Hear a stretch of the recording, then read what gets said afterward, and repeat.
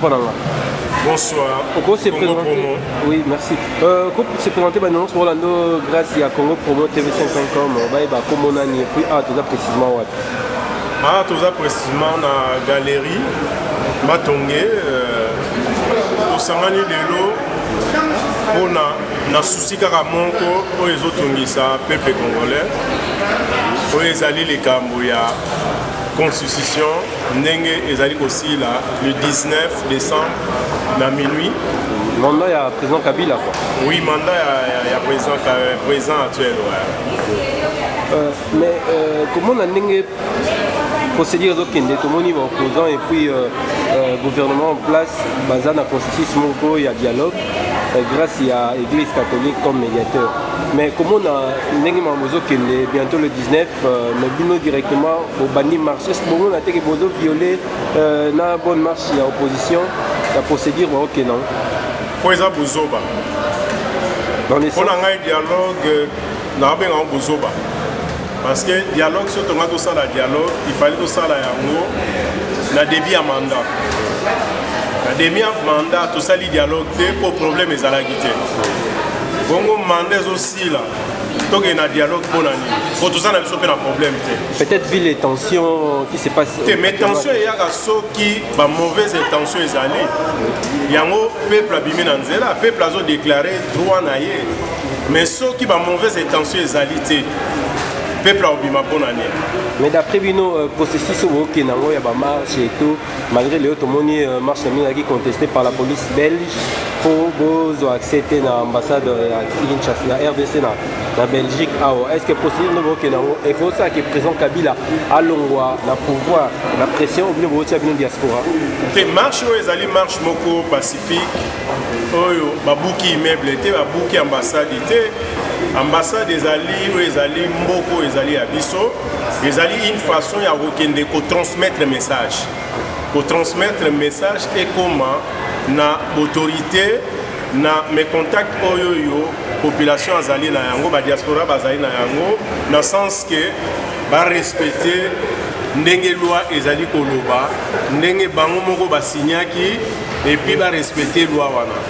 Pour loi wana pour respecter loi ezali façon ya kola qui ça sérieux oyo bato bazali na yango. Mais pour contourner loi wana, c'est-à-dire pour respecter loi wana te et il ça que buzoba et puis bato bazali moins sérieux. Mais normalement tout le monde qui ministre de la communication RDC na kombo la même mende alobaki que président Kabila a yebisaki bango ki a violer constitution te. Neni bino diaspora bozolo ba contre par rapport à maloba ya mokonzi ya mboka ya RDC. Le 19 décembre 2016, na milieu ezali fait un mandat. Mais comme même en avril 2018, c'est des choses différentes. Parce que mon toit a violé la loi, a dépassé la limite du mandat. Mais les moutons qui ont dépassé la limite du mandat, c'est-à-dire bazali na idée moko pour les clarté vis-à-vis d'un peuple. Il y a un peuple à qui on passe message. Olé batuba kufa c'est mieux, c'est-à-dire bazala batu, bazala être humain, va respecter ou les alliés soucis il y a peuple. Souci à peuple les agaka monko na minuit aussi là de façon que tout bande la vie monsieur Asika na makambo ya sika po azali jeune président Kabila azali jeune vie et kosuka na ki présidenté après président vie monsieur Zali na onyo surtout azali nango ou azana ngo lelo azalaki nango lobité mais na onyo surtout azana yango soit comme nango sikoyo akola un exemple ya Gerhard Schröder na Allemagne. Asali mandat na mandé Sili a se retiré les lois azali grand homme d'affaires na niveau ya pétrolier na Russie. Les lois bazako azali na droit bazako soit 51%.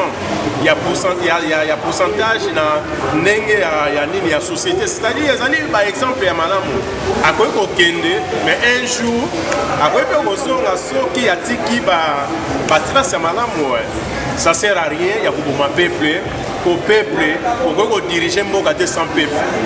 Pour diriger mboka te sans peuple néo lobby mais comment on ndenge mangozo les cas ba kondimingi bazo diriger RDC précisément on a un moment où tozali bazali pe bandeko na bino ba vai na diaspora awa. Donc est-ce que au moment on a été que bino ka ba diaspora ndé bazo ma RDC actuellement?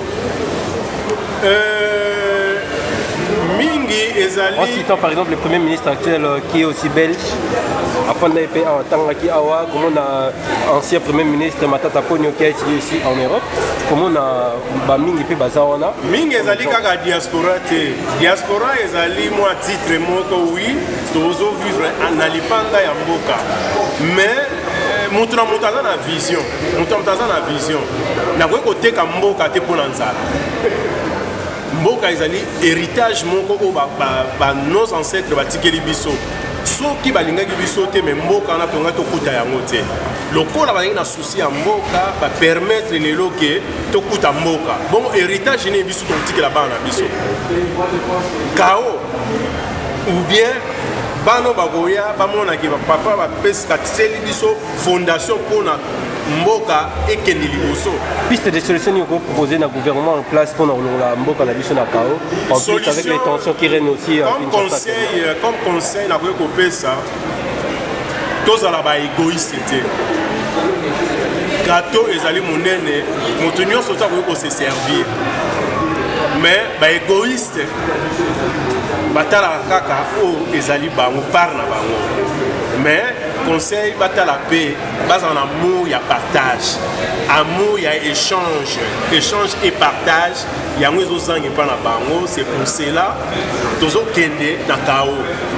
Mais tu souhaites kaote, tu allais pour na kaote, bazali bandeko, mouton surtout azali na erreur, mais erreur na bango, et à la virus pour na mboka mobile.